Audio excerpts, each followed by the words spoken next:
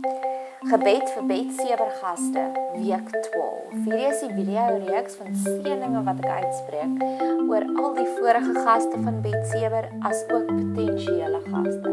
Ek hoop julle geniet dit. Iemand het in die week vir my genoem dat dit voel vir haar asof sy 'n emosionele rollercoaster ry. Sy voel sy bereik nuwe mountaintop experiences en dan net van voor dat sy nog hoër kan klim, kom die duiwel, herinner haar van iets van haar verlede en dan stuimel sy weer af. So haar hele lewe na gemoedstoestand voel soos 'n emosionele rollercoaster. Voel jou lewe dalk ook so? Eerstens wil ek bid dat God sy geestelike tiphek sal uitstrooi oor jou lewe, sodat hy dit sal gaan uitvee, die dinge wat die vyand jou aan laat herinner, wat slegte herinneringe is. Dat jy nie soos Lot sal terugkyk nie, maar dat jy wel sal vorentoe kyk met die hulp van die Here. Tweedens wil ek bid dat God sy engele sal uitstuur om jou paaie vir jou gelyk te maak. Dat dit nie meer 'n rollercoaster is nie, maar 'n gelyke pad. Nommer 2, ek wil graag vir julle die Archippus gebed bid. Kolossense 4 vers 17 bid Paulus vir Archippus en sê aan Archippus, gee ag op die bediening wat jy ontvang het en die Here dat jy dit vervul. En later in die kort boekie van Filemon word Archippus beskryf as 'n medestryder, 'n medesoldaat vir die koninkryk van God. Ek sien dit as 'n geestelike makeover, dat God kom en hy kom doen die Archippus geestelike makeover in elkeen van julle se lewens, sodat julle kan besef dat God het julle met 'n spesifieke doel gemaak, dat julle ook later aan mede-warriors word van God se koninkryk. Nommer 3, sowing the seeds of love. Nou hierdie is 'n braaksessie. Daar's een prinsesie wat daar buitekant is, wat 'n hele projek hierdie week aangepak het by 3 skole, om vir die kinders te laat spesiaal voel. En sy het vir my foto's gestuur en sy het my gevra om asseblief saam met haar bid vir die projek.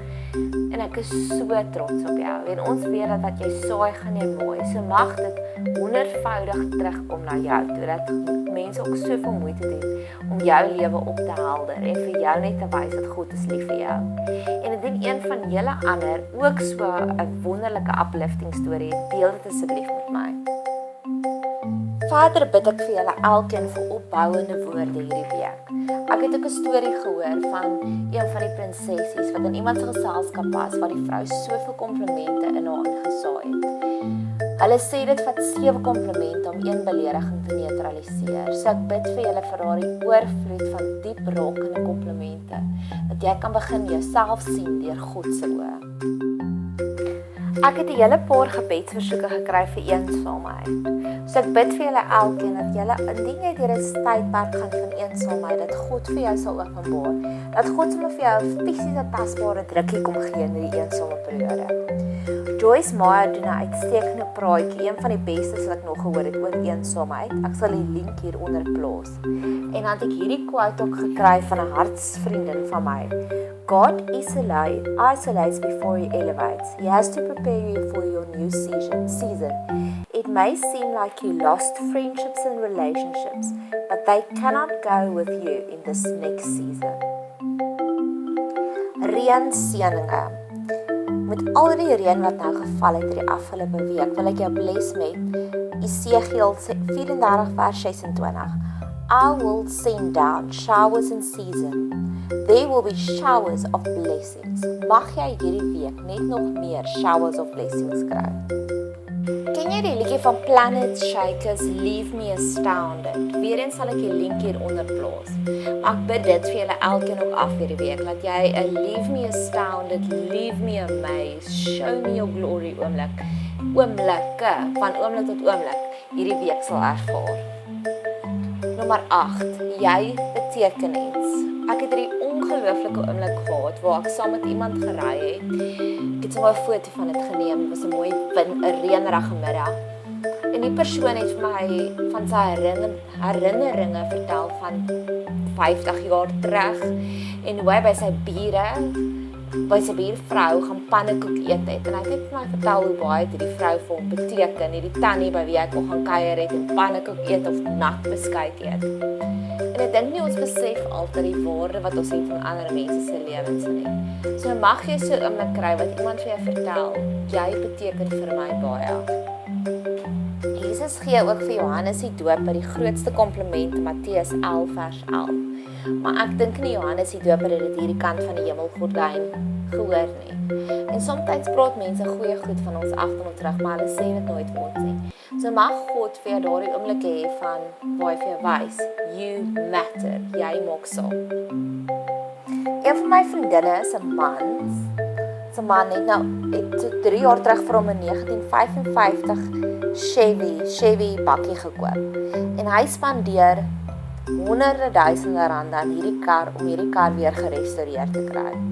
En dalk is dit al wat jy nodig het. Iemand wat met tyd, liefde en aandag in jou investeer om jou te restoreer. En ek bid vir jou, vir sulke mense op jou pad. Vader, bid ek ook vir jou vir emosionele ligwaardinne. Jy weet soos wanneer jy gaan vlieg, dan staan ligwaardinne as jy ietsie bring om te drink, ietsie bring om te eet, of voordat jy besef jy is honger, dan bring hulle al vir jou ietsie. Mag jy ook sulke emosionele ligwaardinne op jou pad kry. Mense wat uit hulle pad uitgaan om jou te bedien en jou te help om genesing te kry. Die regte lig. Een van my vriendinne se dogtertjies doen 'n wetenskap expo. En haar eksperiment is om te kyk hoe vinnig ontkiem en groei saadjies in verskillende kleure van lig. En die saadjies wat in die rooi lig is, het baie vinniger geontkiem en begin groei. En ek glo net so, as ons in God se lig wandel, soos meer in sy teenwoordigheid is, sal ons ook vinniger groei en begin vrugte oplewer. So mag jy hierdie week werklikwaar volkome in God se lig wandel. Daar is hierdie toneel in SATC waar Carrie loop as 'n model, maar sy is nie eintlik 'n model nie. En toe val sy, en toe lê sy eers vir 'n oomblik daar, en toe besluit sy om op te staan. En die feit dat sy opgestaan het, het haar ander 3 vriendinne geïnspireer om ook vol moed aksies te doen. En dit is my gebed vir jou hierdie week ook. Mag jy leer om vinnig op te staan en mag jy besef hoeveel mense jy inspireer deur die feit dat jy so vinnig opgestaan het. Mag jy 'n geseënde week hê.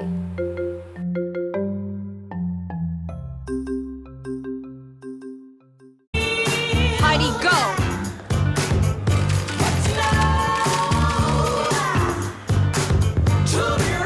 Roadkill.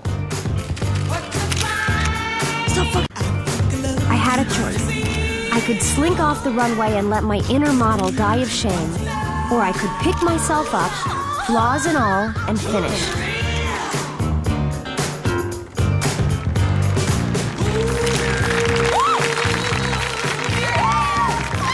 And that's just what I did. Because when real people fall down in life, they get right back up and keep on walking.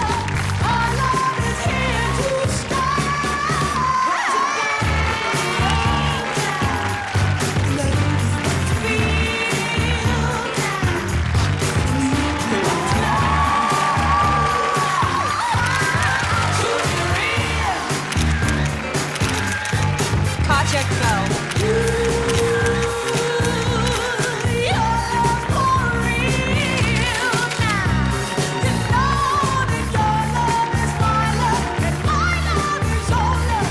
Turns out, my little act of bravery inspired 3 other people to acts of bravery as well.